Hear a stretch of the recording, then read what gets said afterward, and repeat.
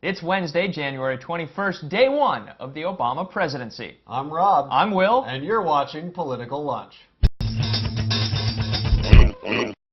Welcome back to your inauguration hangover edition of Political Lunch. Yesterday was, of course, to put it mildly, a day of epic historical proportion. Barack Obama is now the 44th President of the United States, but in so many ways his inauguration was very much a first for this nation. And while the District of Columbia can now purge themselves of all the crowds that were there yesterday and in the weeks before and prepare for the work that lies ahead, well, we're going to bring you a few of the highlights from yesterday's big events. First, it's worth noting that the inauguration itself is actually just a formality. Obama would have officially been president at noon yesterday, regardless of what happened during the ceremony. And that's a good thing because, well, Chief Justice John Roberts managed to mangle some of those words. That's right. The oath of office never had a chance, but the silver lining is certainly this half smile that Obama gives Roberts as he stumbles through it. Take a look. Are you prepared to take the oath, Senator? I am. I, Barack Hussein Obama, do solemnly swear. I, Barack Hussein Obama, do solemnly swear. That I will execute the office of President to the United States faithfully. That I will execute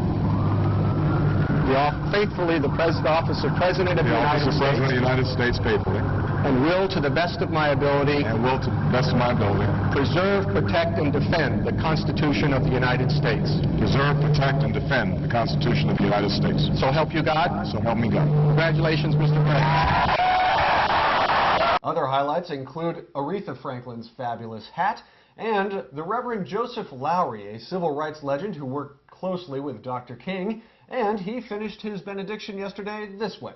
When black will not be asked to get back, when brown can stick around, when yellow will be mellow, when the red man can get ahead, man, and when white will embrace what is right.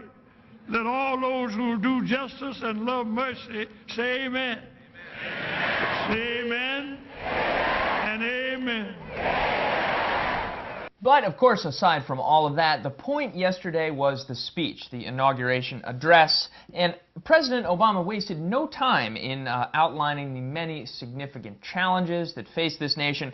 It was really less of a victory speech and more of a call to action. What is demanded then is a return to these truths.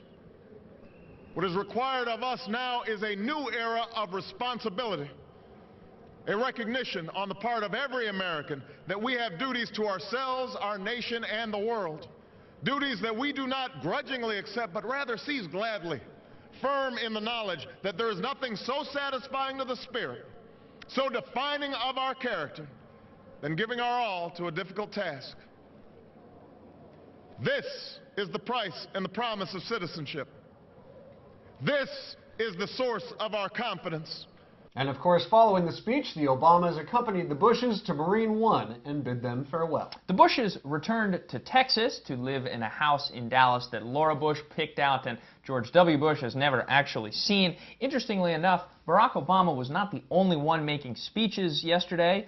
W gave one as well at a welcome home event at the airport in Dallas.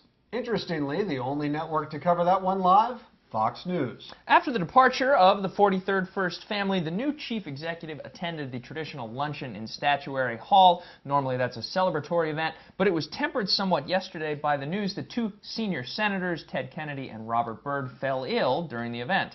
Now, Kennedy's condition was the more serious. He reportedly suffered a seizure yesterday, but was released this morning from the hospital, and apparently all is well for now. Senator Byrd, meanwhile, apparently just needed some rest. So if you weren't in D.C. yesterday, you may be wondering just what the experience was like. We all saw the well-behaved crowds covering the National Mall, but how did all those people get there? Well, as it turns out, things were not as bad as many had predicted. However, it still took over an hour just to get into a metro station in some points, let alone actually get on a train. Then once off the trains, you had to wait in line at yet another security checkpoint. But on a day of such extraordinary logistics, it's worth noting that not a single arrest was made. Also, thanks to our friend Sarah Scully for those pictures. And last night was really all about the inaugural balls.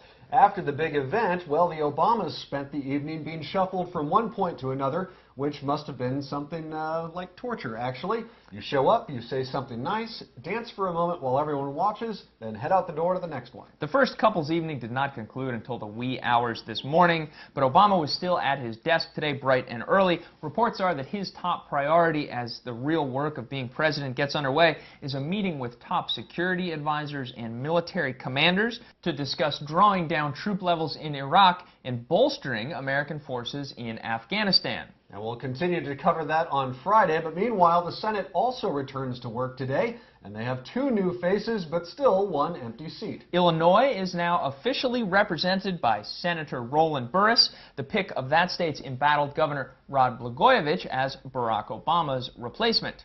Burris was originally turned away from the Senate by his colleagues. However, last week he was sworn in by then Vice President Dick Cheney after meeting the procedural requirements. That's right, and Delaware has a new senator today as well. Ted Kaufman, who was Joe Biden's longtime top aide, has replaced the now Vice President as senator from Delaware. Meanwhile, in Minnesota, Democrat Al Franken and Republican incumbent Norm Coleman continue to battle it out. Norm Coleman is currently down by 225 votes in the last recount. He is now asking judges for yet another recount. The Franken campaign, meanwhile, says that Minnesota law should now award him that contested Senate seat, but don't expect this one to be resolved anytime soon. Now, we'll keep you posted on that one, of course, as well as all the national stories, and we will keep a close eye on the White House as the 44th presidency now gets underway. Thanks very much for watching Political Lunch. We'll see you right back here on Friday.